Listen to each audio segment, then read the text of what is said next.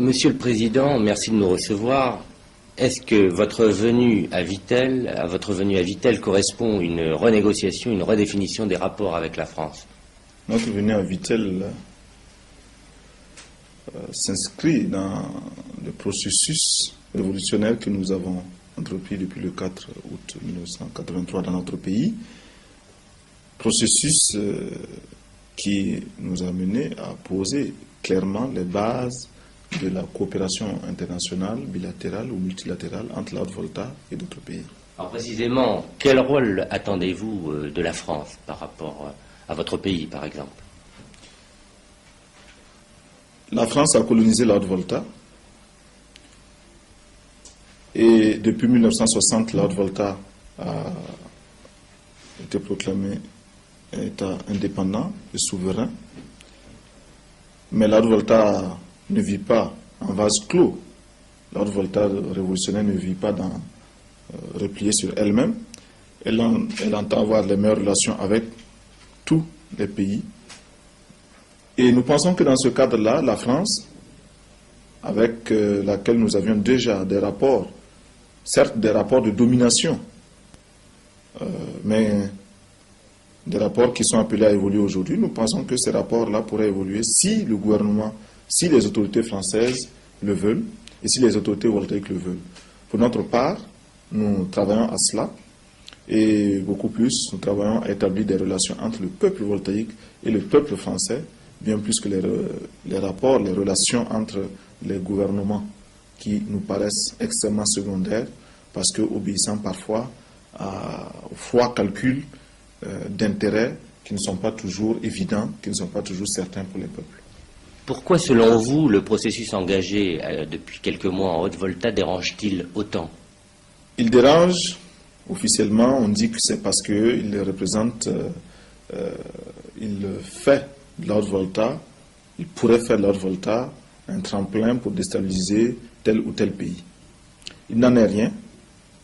Nous sommes très soucieux quant aux problèmes, quant aux questions de souveraineté de notre pays. En réalité, ce processus dérange parce que l'on a compris partout que la Haute-Volta révolutionnaire constitue un exemple de tentative de résolution de certaines contradictions.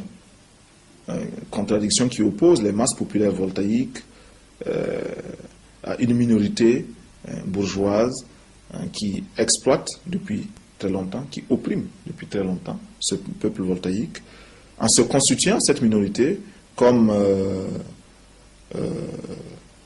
valet, allié de l'impérialisme international, lequel l'impérialisme est et demeure un ennemi pour nous. Bien sûr, on a peur que les mêmes causes nous produisent les mêmes effets.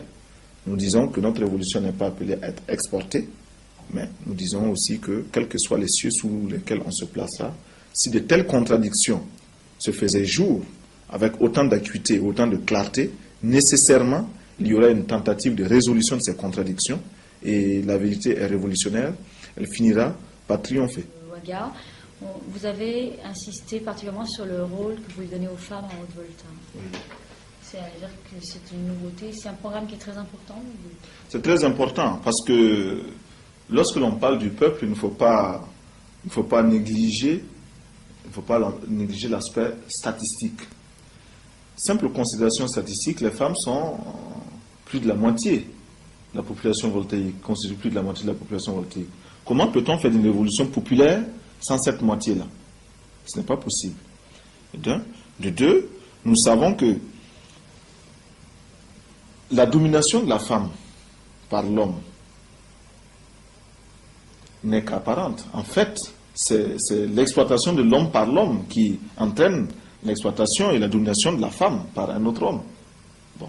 Ce n'est pas une domination des sexes, mais c'est un ordre social qui confine les défavorisés, les moins nantis, les plus faibles dans cette position. Et la femme voltaïque est aussi opprimée que l'homme voltaïque de nos campagnes. La confiscation du pouvoir de l'État au profit d'une minorité se fait également au détriment de la femme voltaïque, au même titre que cela se fait au détriment de cette même majorité de paysans.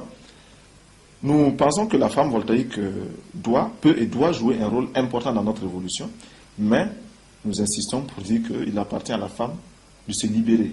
Il appartient à la femme d'avoir conscience des fondements de son exploitation et ne pas le voir d'une manière un peu snob et un peu superficielle, hein, comme nous l'avons vu dans d'autres pays. C'est au contraire de manière politique que la femme voltaïque doit poser son problème. Et c'est ce qui se fera. Du reste, nous sommes en train de lancer un processus qui, je crois, fait son chemin. Et les ennemis, nous en avons. Les ennemis, nous en avons qui nous attaquent. D'abord, qui sont contre le fait que nous libérions la femme voltaïque, que nous voulions libérer la femme voltaïque, lui donner des droits. Parce que vous savez que nos sociétés, encore sous la domination des forces conservatrices, féodales notamment, ne font pas de place à la femme, laquelle femme est exploitée par l'homme comme source de plaisir, comme machine à fabriquer des enfants, comme également force de travail, et comme également marchandise que l'on troque. La femme est exploitée de cette façon-là. La femme est exploitée aussi comme masse de manœuvre pour les campagnes électoralistes prétendues démocratiques, lorsque l'on peut faire sortir des milliers de femmes qui chantent et dansent et finissent par voter unilatéralement pour quelqu'un qui leur a été quelque peu généreux et attentif. On ne doit pas parler de démocratie, ce sont des masses de manœuvres. C'est une façon encore de tromper le peuple.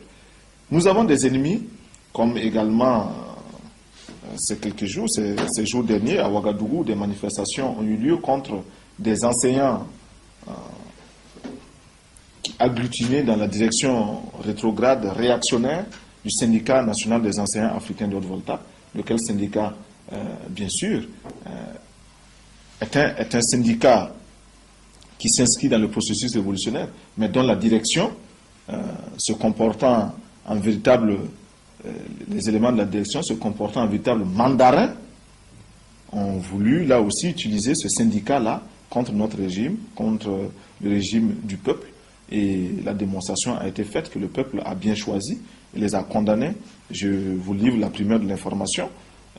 Hier, dans notre pays, il y a eu un meeting à travers tout le pays, des meetings populaires pour condamner cette direction contre-révolutionnaire, revancharde.